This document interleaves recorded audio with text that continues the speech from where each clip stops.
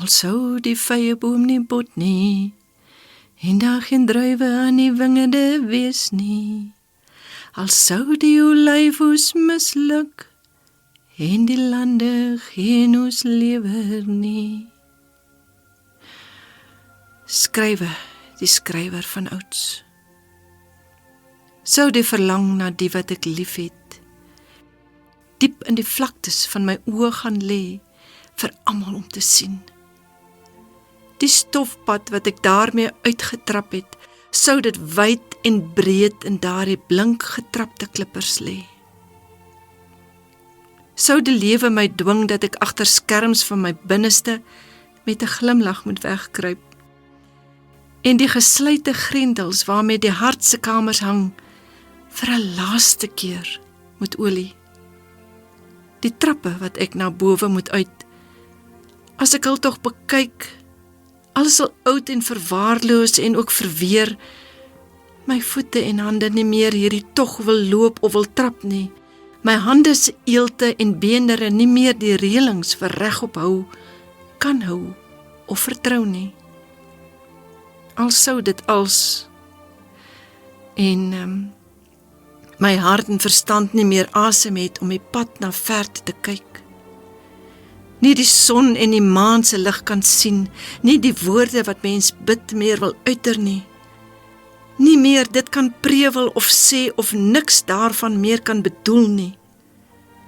Omdat jou mens gedagtefontein droog is, en dor is, en leeg is. Dan sou ek tog wou glo dat daar liefde is, en genade is, en hoop is, en tog ook antwoorde is.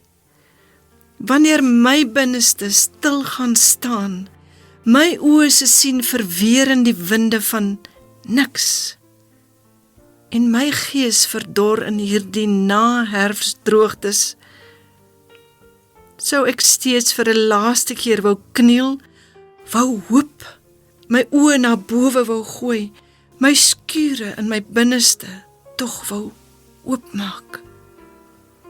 Steeds wou glo dat daar tog liefde is, dat daar hoop is en genade is, dat God se hart ook nog steeds goed is. Sou ek steeds wou die stemme van die engele in die sang van voëls wou soek, dit wil hoor fluister met die dag se breek, wou luister na die fluisteringe van stilte, as sy met blare en skadu's en koeltes vir 'n plek in die dag besig is om te stry. Ek sou steeds wil en wou glo dat God daarin en ook al die ander kan sien, veral as ek my Hannesvissies kyk, waar ek my stukkies verlang veilig in die soelwater se kabbelbere. Ek sou nog steeds die krag hier binne wou indrink, intuig deur my asem. Ek sou steeds wou glo dat my pad vir my vooruit gestap word, al val die blare van gister orals om my oë om te sien neer, al ruis die stiltes nie meer nie. Selfs dan sou ek steeds wil luister, steeds wil hoor of daar stemme is wat binne my wil fluister, stemme oor beter dae en 'n beter môre, stemme wat die verlede wil toevou met helende hande. Ook dan, diep binne my, al is daar niks meer oor nie, wil ek steeds glo dat God goed is, dat hy liefde is, dat hy optel en opef, en ook weer sal sorg.